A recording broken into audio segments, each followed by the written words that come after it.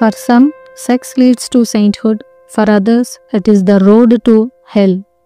All depends on one's point of view, as said by Henry Miller. Henry Miller చెప్పినట్టు కొంతమందికి sex అనేది పవిత్రతం వైపు తీసుకెళ్తే మరికొంతమందికి అసభ్యత వైపు తీసుకెళ్తుంది. ఇవన్నీ వారి వారి చూసే విధానంపై ఆధారపడి ఉంటుంది. ఈ ఆడియోలు mysteries of Isis, secret sex life of the angel అనే పుస్తకంలోకి సంబంధించినది. ఈ పుస్తక విజ్ఞానం తీసుకున్న తర్వాత మీరు సెక్స్ వైపు పాత విధంగా చూడడం అనేది ఎన్నటికీ జరగదు. ఈ పుస్తకంలో సెక్స్ గురించి, initiation to mysteries of ISIS గురించి, అమెరికన్ ప్రెసిడెంట్ ఆడమ్ మరియు మెర్లిన్ అనే వ్యక్తి మధ్య సంభాషణ రూపంలో జరిగినట్టు ఉంటుంది. ఎన్నో SOTR క్లాసుల్లో చెప్పినట్లు అప్పట్లో రాజులు ఎలా అయితే హై ప్రీస్టెస్తో కలిసి రాజ్యం సుభిక్షంగా ఉంచేవారో అలాగే ప్రస్తుతం ఈ ప్రెసిడెంట్కి ప్రీస్టెస్తో ఇనీషియేషన్కి తీసుకువెళ్ళడం జరుగుతుంది. అయితే ఇక్కడ అందరూ గుర్తుంచుకోవాల్సింది, అర్థం చేసుకోవాల్సింది ఏమిటంటే ఇనీషియేషన్లు ఎన్నో రకాలుగా ఉంటాయి ఆధ్యాత్మిక ప్రపంచంలో. ఇవి అంచెలంచెలుగా ఒక సాధకుని జీవితంలో రకరకాలుగా జరుగుతూనే ఉంటుంది. ఇనీషియేషన్ అనేది మీకు భగవంతుని రాజ్యంలోకి చూసే ఒక పవిత్ర అవకాశం కల్పిస్తుంది. దీనివలన మీకు అన్నీ భగవద్దృష్టితో అర్థమవుతూ కాలపు భ్రమలు దాటి డివైన్ విజన్ అనగా దైవిక దృక్పథముతో చూడడం అలవాటవుతుంది. ఈ రకంగా ఇనీషియేట్ అయిన మీ అందరికీ నా వందనాలు. గాడెస్ ఐసిస్ గురించి కొద్దిగా చెప్పుకుందాం ఇక్కడ. Isis Egyptian goddess, before Christ కాలములకు సంబంధించిన గాడెస్. ఈమె ఎంతోమంది దేవతల యొక్క లక్షణాలు పుణికిపుచ్చుకుంది. ఈమె తన భర్త అయిన ఒసైరిస్కు ప్రాణం పోసి పునరుజ్జీవిని చేసి హోరస్ అనే కొడుకును కన్నాది. ఈమె చేతిలో ఈజిప్షియన్ల అంక్ ఉంటుంది. దీన్నే కీ ఆఫ్ లైఫ్ అంటారు. ఈ అంక్లో పైన ఉన్న లూప్ స్త్రీకి సింబల్, మిగిలిన క్రాస్ పురుషునికి సింబల్. పూర్వకాలపు ఈజిప్షియన్లకు తెలుసు ఈ రెండు అనగా స్త్రీ మరియు పురుషులు కలిస్తేనే స్వర్గద్వారమును తెరిచే తాళమని. ఐసిస్ చేతిలో ఈ అంక్ ఉంటుంది. మేబీ ఇదే ఒరిజినల్ క్రాస్ అని కూడా అంటారు. అయితే కాలక్రమేణా ఐసిస్ని గ్రీక్లో ఉన్న ఈజిప్షియన్స్ టెంపుల్ కట్టి పూజించడం మొదలుపెట్టారు. అప్పుడు రోమన్ సామ్రాజ్యం సమయంలో సెరాపిస్ యొక్క పాపులారిటీ పెరిగి ఈజిప్ట్లోని ఐసిస్ టెంపుల్స్లో ఒసైరిస్ బదులు సెరాపిస్ విగ్రహాలు పెట్టి పూజించడం మొదలుపెట్టారు. సో మళ్ళీ పుస్తకంలోకి వస్తే మెర్లిన్ ఇలా చెబుతూ ఉంటాడు, మనకి ఏదైతే బాగా తెలుసు అనుకుంటామో అది అంతే ఎక్కువగా మిస్టరీ అంటే రహస్యంగానే ఉంటుంది. సెక్స్ గురించి మానవుల ఫ్యాసినేషన్ లేదా మోహం అనంతం. దీనికన్నా ఏది మానవుని మనసు ప్రియాక్యుపై చేయదు. అలాగే ఇంటర్నెట్లో ఎక్కువగా సెర్చ్ చేసే పదం ఇదేనట. అంటే ఈ పదంతో మానవుడు ఎంతో ప్రేమలో పడి ఉన్నాడు. ఫ్రాన్స్లోని పురాతన గుహల్లో 15,000 సంవత్సరాల క్రితం స్త్రీ పురుష జంటల యొక్క మేకింగ్ లవ్ పెయింటింగ్లున్నాయట.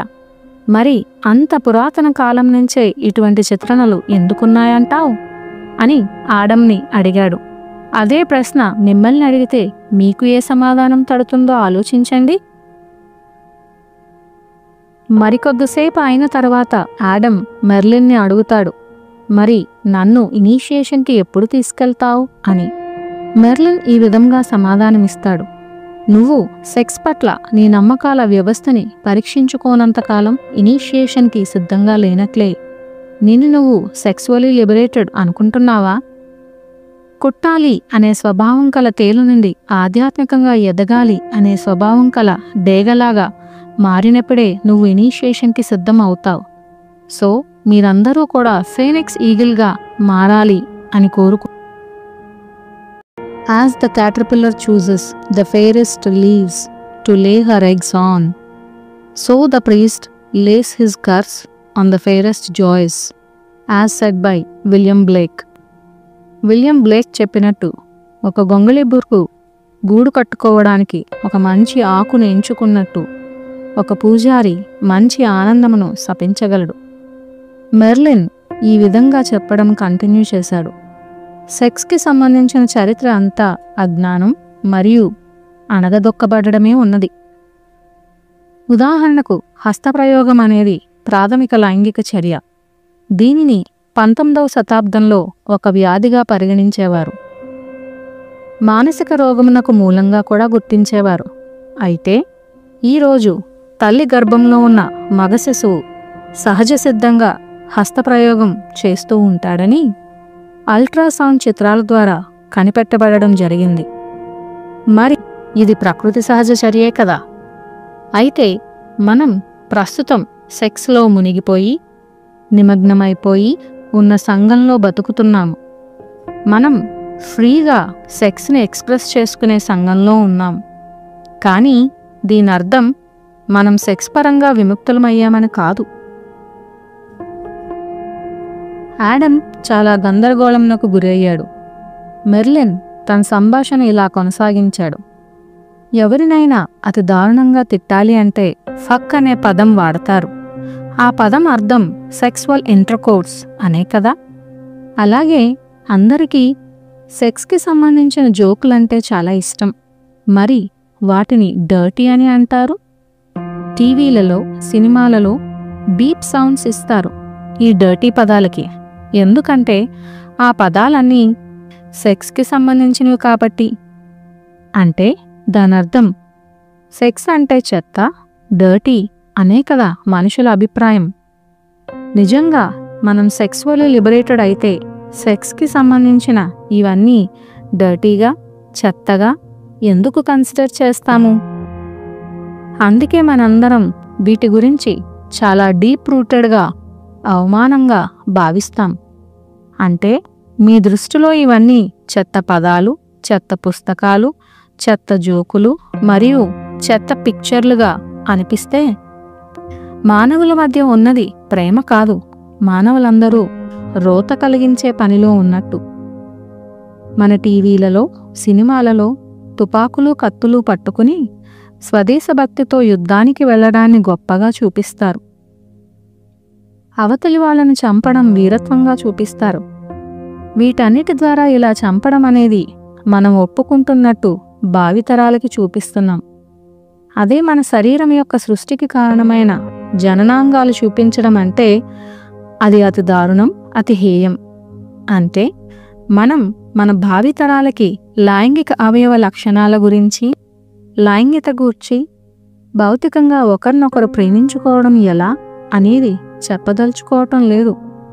ఎందువల్ల ఇదంతా? ఎందుకంటే చాలా మూలాలలో ఎక్కడో మనం మోస్తున్న సత్యం ఏమిటంటే మన కాళ్ల మధ్య ఉన్నది మనం అసహ్యించుకునేది అని. ప్రెసిడెంట్ ఆడమ్ చాలా తీవ్రంగా ఆలోచిస్తున్నాడు. ఎంత కాదనుకుందామన్నా మెర్లిన్ చెప్పిన లాజిక్ కరెక్ట్. ఇప్పుడు అర్థమవుతుందా మిస్టర్ ప్రెసిడెంట్? మనం సెక్సువల్లీ లిబరేటెడ్ లేదా విముక్తి పొందినవారమని చెప్పుకుంటూ నటిస్తున్నాం. ఇదంతా ఒక భ్రమ, ఒక అబద్ధం. మన సంఘంలో సెక్స్ గురించి దారుణమైన వివాదాలుంటాయి. మనం సెక్స్ గురించి సిగ్గు, భయం మరియు అజ్ఞానంలో కొట్టుమిట్టాడుతున్నాం. సెక్స్లో అబ్సెస్డ్గా ఉన్న కల్చర్ని చూసి ఫూల్ అవ్వద్దు మిస్టర్ ప్రెసిడెంట్. మనకి సెక్స్ పరంగా విముక్తి రాలేదు. మనం ఫ్రీగా మన యొక్క సెక్సువల్ డిస్ఫంక్షన్ అంటే సరి అయిన విధంగా సెక్స్లో పనిచేయకపోవడాన్ని ఎక్స్ప్రెస్ చేస్తున్నాం. అయితే ఇక్కడ ఒక్క విషయం గుర్తుపెట్టుకోండి. పుస్తకంలో ఉన్న అంత డిస్కషన్ నేను చెప్పటం లేదు.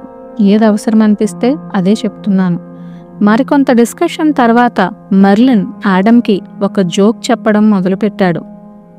ఒకానొక ఆశ్రమంలో కొంతమంది మాంక్స్ ఉండేవారు. వీరు చర్చ్లో కొన్ని పురాతన డాక్యుమెంట్స్ చేతితో రాస్తూ కాపీ చేసేవారు.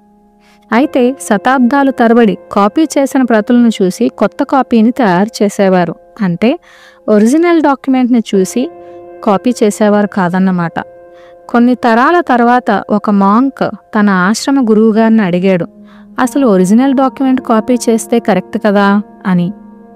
సరే అయితే పోయి ఒరిజినల్ డాక్యుమెంట్ చూసి రాసుకుని రా అని ఆశ్రమ గురువుగారు అన్నారు. అయితే చాలా రోజుల వరకు ఆ లైబ్రరీ నుంచి ఈ మాంక్ తిరిగి రాలేదు. దానితో ఆశ్రమ గురువుగారు మరి ఒక మాంక్ను పంపారు. మొదటి మాంక్ ఆ ఒరిజినల్ డాక్యుమెంట్ని పట్టుకొని ఏడుస్తూ ఉండడం చూశాడు. ఏమైందని అడిగితే ఇక్కడ ఉండాల్సిన పదం సెలిబ్రేట్ కాదు, సెలబ్రేట్ అని ఉండాలి అని. సెలిబ్రేట్ అంటే బ్రహ్మచారిణి, సెలబ్రేట్ అంటే ఉత్సవం. ఎంత తేడా ఉంది కదండి. ఉదాహరణకి ఆ సెంటెన్స్ జీవితం ఉత్సవంలా ఉండాలి అని అనుకుందాం ఒరిజినల్ డాక్యుమెంట్లో. కానీ అందరూ కాపీ చేసే విధానంలో మారిపోవడం వలన జీవితంలో బ్రహ్మచారిలా ఉండాలి అని తయారయ్యింది. Like that of sacred or scared. Just అక్షరాలు తారుమారు అంతే, కానీ ఎంత తేడా అర్థంలో. దీనిని ఎలా చెప్పుకోవచ్చంటే స్కేర్డ్ సెక్స్ లేదా సేక్రెడ్ సెక్స్. సెక్స్ పట్ల మీ దృక్పథం ఎలా ఉందో ఆలోచించుకోండి. In order to arrive at a place you do not know, you must go by a way you do not know, as said by Saint John of the Cross. Saint John of the Cross చెప్పినట్టు నీకు తెలియని ప్రదేశానికి వెళ్ళాలంటే నీకు తెలియని మార్గంలో నడవాలి. కిందటిసారి సమావేశం ముగిసిన తర్వాత ఆడమ్ మరికొన్ని రోజుల తర్వాత మెర్లిన్ని మీట్ అవుతాడు. వారి మధ్య సంభాషణ ఈ విధంగా సాగుతోంది. మెర్లిన్ ఆడమ్ని అడుగుతాడు, నువ్వు బైబిల్ చదివావా? అఫ్ కోర్స్ చదివాను అంటాడు ఆడమ్. అయితే నీకు ఆడమ్ అండ్ ఈవ్ కథ తెలుసు అన్నమాట అంటాడు మెర్లిన్. ఈ కథ మన యొక్క సృష్టి పురాణ గాథ అని మెర్లిన్ అనగానే, అబ్బా మళ్ళీ ఇంకొక లెక్చర్ మొదలు పెడతాడు అనుకుంటా ఉంటాడు ఆడమ్ రెస్ట్లెస్గా. మెర్లిన్ ఈ విధంగా చెప్పడం మొదలు పెడతాడు. పూర్తి వెస్ట్రన్ నాగరికత ప్రోగ్రామింగ్కు మూల కారణం ఈడెన్ గార్డెన్లోని ఆడమ్ మరియు ఈవుల కథ. ఈ ఈడెన్ గార్డెన్లో 2 ప్రత్యేకమైన చెట్లు కలవు. ఒకటి ట్రీ ఆఫ్ లైఫ్, మరి ఒకటి ట్రీ ఆఫ్ నాలెడ్జ్. దేవుడు ఆడమ్కి చెప్తాడు, నువ్వు ఏ చెట్టు నుంచైనా ఫలాలు తిను, కానీ ఈ ట్రీ ఆఫ్ నాలెడ్జ్ నుండి తినవద్దు, ఇది తింటే కనుక నువ్వు వెంటనే చనిపోతావు అని. దేవుడు ఆడమ్ని ఒంటరిగా ఉంచడం ఇష్టం లేక ఆడమ్ యొక్క పక్కటెముక నుండి ఈవ్ని సృష్టించాడు. అంటే సరిగా ఆలోచిస్తే ఈవ్ ఆడమ్కి కూతురు. కానీ మనకి చెప్పబడింది మనందరం స్త్రీ నుండి పుట్టామని. ప్రెసిడెంట్ ఆడమ్ అయోమయంలో పడ్డాడు. మెర్లిన్ ఈ విధంగా చెప్పడం మొదలుపెట్టాడు, నీకు సరిగ్గా అర్థమైతే మనకు అన్ని సంగతులు వక్రీకరించి ఆపోజిట్గా చెప్పారు. ఇప్పుడు భగవంతుడి సృష్టిలో అతి మోసపూరితమైన పాము ఈవ్తో చెప్తుంది, దేవుడు వద్దు అని చెప్పిన ట్రీ ఆఫ్ నాలెడ్జ్ యొక్క యాపిల్ తినమని. నువ్వు చనిపోవు, నీ కళ్ళు తెరుచుకుని నువ్వు కూడా దేవుడిగా మారి మంచి చెడుల మధ్య తేడా తెలుస్తుంది. దీంతో ఈవ్ ఆ ఫలం తిని ఆడమ్కి కూడా తినమని చెప్తుంది. దానితో ఇద్దరికీ కళ్ళు తెరుచుకుని వారు నేకెడ్గా ఉన్నామని అర్థమవుతుంది. అప్పుడు వారికి సిగ్గు అనేది మొదలయ్యి ఫిగ్ వృక్షం యొక్క ఆకులతో శరీరాల్ని కప్పుకుంటారు. అయితే ఇక్కడ ఈ నిషేధించబడిన ఫలం అంటే ఏమిటి అని అడిగాడు మెర్లిన్. ఆడమ్ మైండ్లో వెంటనే ఇనీషియేషన్ అనే పదం మెదిలింది. మెర్లిన్ చెప్పడం కంటిన్యూ చేశాడు. దేవుడు ఈవ్ని మాత్రమే ప్రత్యేకంగా పనిష్ చేస్తాడు తన మాట జవదాటినందుకు. ఆమె యొక్క బాధ మరియు నొప్పి ప్రసవ సమయంలో ఎంతో ఎక్కువ కావాలని. అఫీషియల్గా చర్చ్లో చెప్పేదేమిటంటే దేవుని మాట ఈవ్ జవదాటింది అని. అలాంటప్పుడు fruit of the sex, child birth పెయిన్ఫుల్గా ఎందుకుండాలి? లైంగికతకి శాపం ఎందుకు? ప్రత్యేకంగా స్త్రీకి మాత్రమే ఎందుకు? నాకు అర్థమైనంత వరకు సెక్స్ అనేది ఒరిజినల్ పాపం. దానివల్ల ఆడమ్ మరియు ఈవ్ని శపిస్తూ స్వర్గం నుండి బయటికి పంపించివేశారు అని ముగించాడు మెర్లిన్.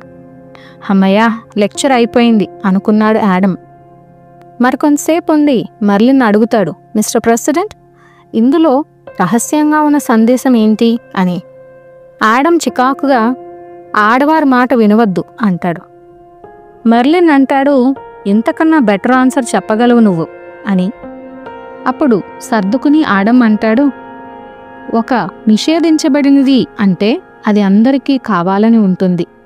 స్త్రీలు ఈజీగా టెంప్ట్ అవుతారు, అందువల్ల స్త్రీలనే నిందించాలి అన్నిటికీ. మెర్లిన్ తల అడ్డంగా ఊపుతూ, నాకు అనిపించింది ఏమిటంటే స్త్రీలని నిందించాలి అంటే అన్నిటికీ వారిదే బాధ్యత. అంటే స్త్రీలే అన్నిటికన్నా చాలా పవర్ఫుల్ కదా.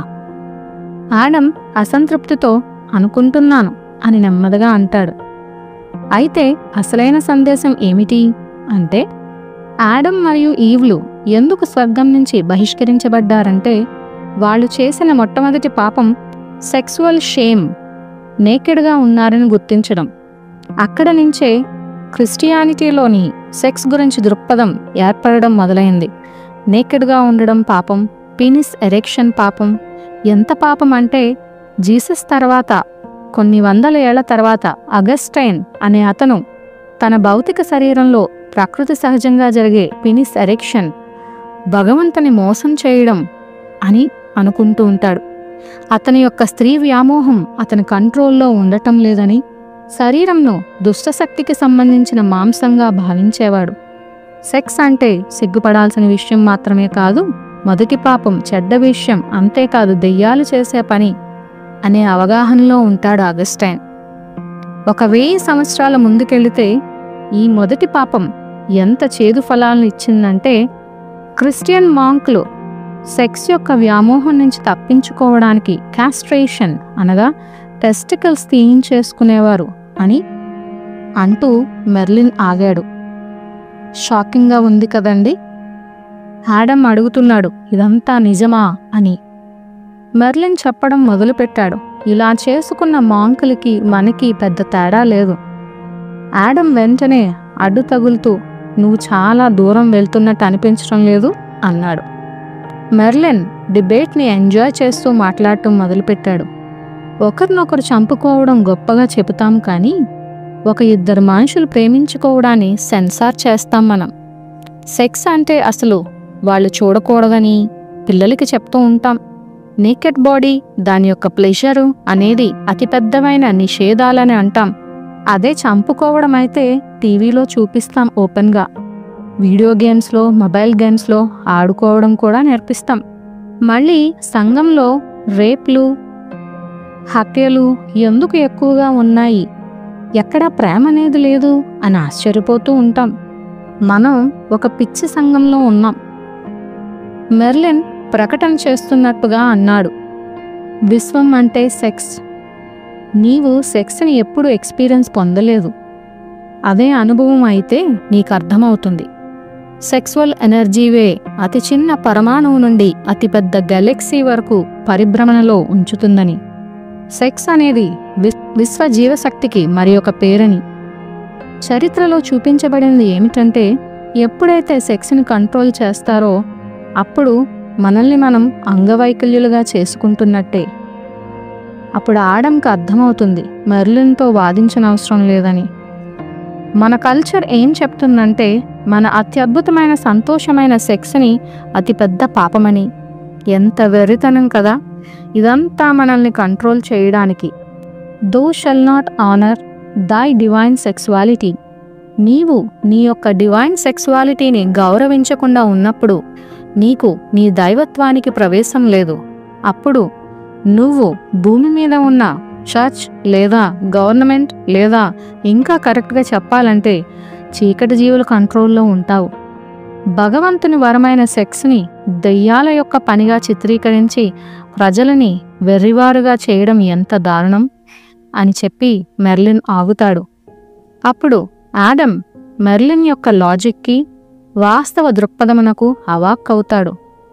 అయితే ఇప్పుడు ఈ దేశం తద్వారా భూమి సుభిక్షంగా ఉండాలంటే మెర్లిన్ చెప్పినట్లు నేను ఏన్షియంట్ సెక్స్ కల్ట్ అయిన ఇనీషియేషన్కి వెళ్ళాలా అని. కానీ దీనివలన నా వైవాహిక జీవితం ఇబ్బందుల్లో పడుతుందే అని ఆడమ్ ఆలోచిస్తూ ఉంటాడు. Thank you.